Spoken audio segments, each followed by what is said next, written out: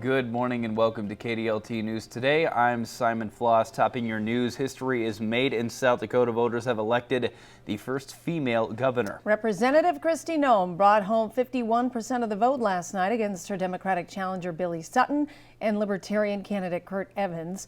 Noem has been on the campaign trail for nearly 2 years now, first announcing her intentions to run for governor after the 2016 general election. She says the history of being the first female voted into office is not lost on her. She knows there is a lot of work to be done and plans to hit the ground running. Welcome back. Some national headlines. The president is expected to officially kick off his re-election campaign tonight in Orlando, Florida. Is now a new candidate in the race for president. Minnesota Senator Amy Klobuchar announced that she's running in 2020. The three-term senator is the latest high-profile Democrat to launch a bid. President Trump says he is working to help farmers. The president, during a visit yesterday in Iowa, signed an executive order streamlining the agricultural biotechnology regulatory process.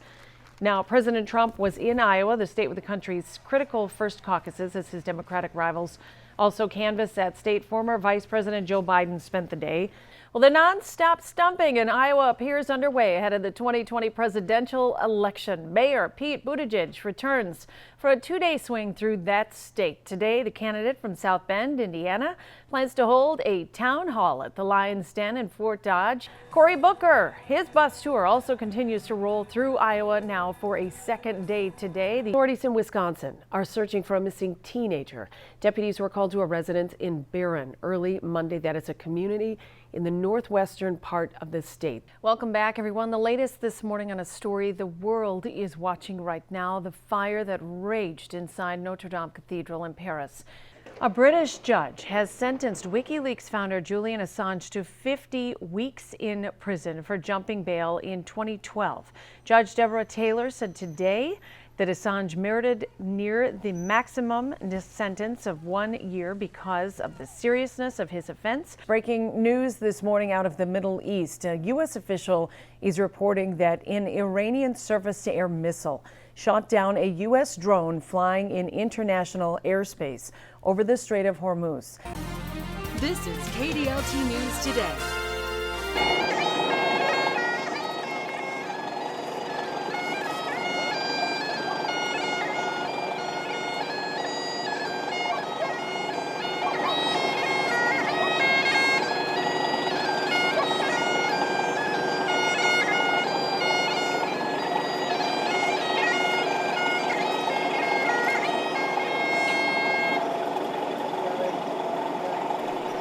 That is a lone piper this morning playing on the beach of Normandy to mark the minute the D-Day invasion began on what is this fated date's 75th anniversary. Topping your headlines this morning, a court decision could allow the woman charged in one of Sioux Falls' longest cold cases to get out of jail before her trial. Teresa Bentes is charged with first and second degree murder and first degree manslaughter for allegedly leaving her baby outside to die back in 1981. You might remember this story. Well, leading your news this Tuesday, while the rest of us have been drying out for the most part, flooding continues to affect communities across South Dakota, including near Lake Thompson. Residents have been experiencing flooding for months and water levels are still high. Some homes and roads are completely surrounded by water. Homeowners say access roads to homes have been submerged for about 2 months. Meantime, a quick check on your headlines. Family and friends are mourning the death of a 17-year-old boy identified as the victim in a drowning over the weekend. The teen, whose name has not yet been officially released by authorities, was kayaking with a 22-year-old friend Saturday evening when both kayaks overturned. Overcrowding has been an issue in the Sioux Falls school system for years. Officials think they may finally have found at least one answer to the problem. Simon Floss is joining us this morning with more. Simon. Yeah, good morning, Carlene. So the superintendent of Sioux Falls Schools, Brian Maher, is with us this morning, and this is a big day for you guys. This is the groundbreaking of the brand new high school that was announced, and let's just talk about the need and why build, and specifically why build here. Yeah, well, great question. Good morning. Morning. The need, really, I think, is pretty simple for anybody that's been around Sioux Falls for any length of time. We haven't built a new high school since the early 1990s, and we've continued to grow by about 200 to 500 students annually since that period of time. So at some point in time, you're going to need new buildings. Welcome back, everyone. It may seem we are quickly moving away from the harsh realities of this past winter and spring, but the devastating effects linger, for many recovery efforts have only actually just begun throughout the state when it comes to federal disaster assistance. With us this morning to talk over some very important points, we have Pam Salsby. She's a FEMA Media Relations Specialist. Just in from the East Coast, you have been busy. It's been a busy start to the season already. We have disasters just all over the country, and we have people staffing them. This is another, as soon as the federal declaration came, we were here boots on the ground with a robust response to help people who are going through some trying times. We're trying to make things right for them as best we can for those who are eligible. So progress is being made. I know that's one of the points you want to make. Absolutely. We're standing up our disaster recovery centers now. Of course, we have one here in Sioux Falls. You've been mentioning it. We thank you so much for being a great media partner with us. But that is at Southeast Technical Institute, and we have it staffed by people who are tested and trained in helping people recover from disasters. So they are there Monday through Saturday from 9 to 6, and they can walk people step by step through the process of registering for disaster assistance. It doesn't take long, but it is a process, and we are asking people for just patience and understanding, because recovery isn't fast, and I know a lot of people are experiencing that already, but we want them to know that we are here to walk them through the process. And sometimes that face-to-face encounter is easier, it's better than going online or calling on the phone or doing it through an app. And so we want folks to register as soon as they can. The deadline is August 7th, but we don't want them to wait until the last minute. Come up quick. That's you right. say there are challenges moving forward, and I know one of the things you want to talk about specifically are these determination or denial letters that they may get. Yes, it's part of the process.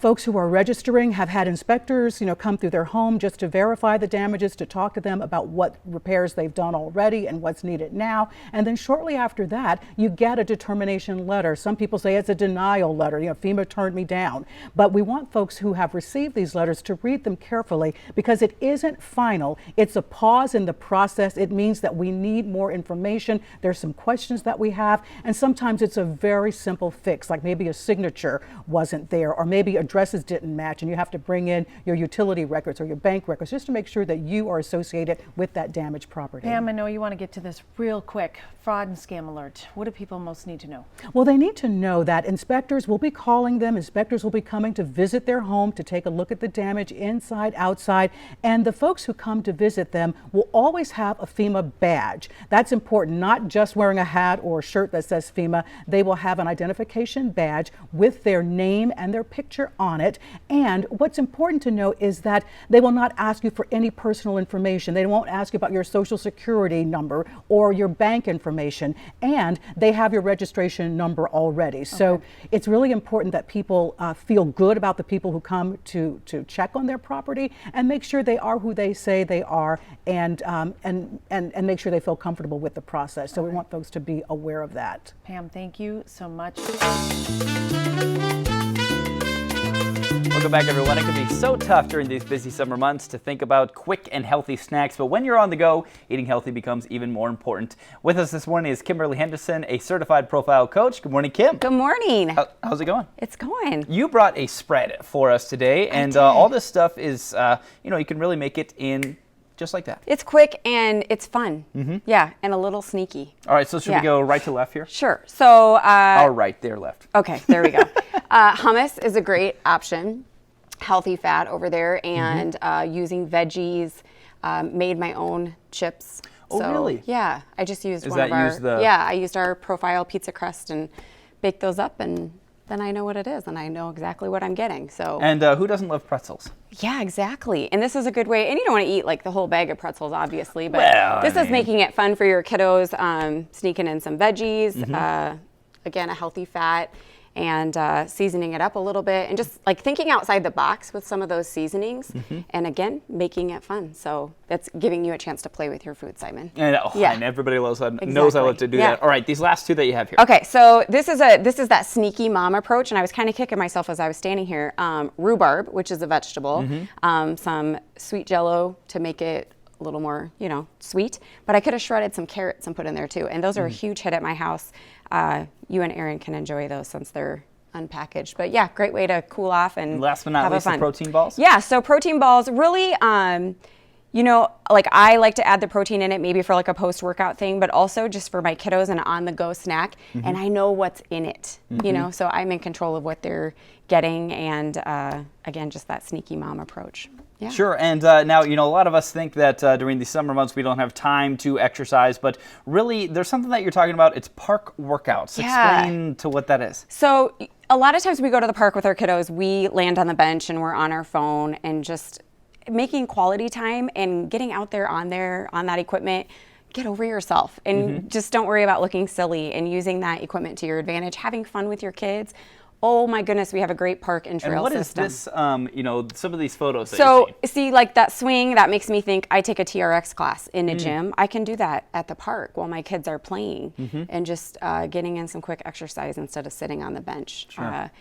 So just taking advantage of what we have out there, and like I said, not being afraid to look silly and getting over yourself. Who cares what people think? Exactly. Get moving. Get moving. Yeah. All right, Kim, thank you so much for coming in and bringing all this stuff. Great tips as always. Pleasure to have you in. Yeah, thanks for having me. Head down and check at the Jones 421 building. Yep. A new restaurant's called the OG Greens, right? Yep. Right? That's what their shirt says. Brandon That's what we're called. and Quentin Manning, they're brothers.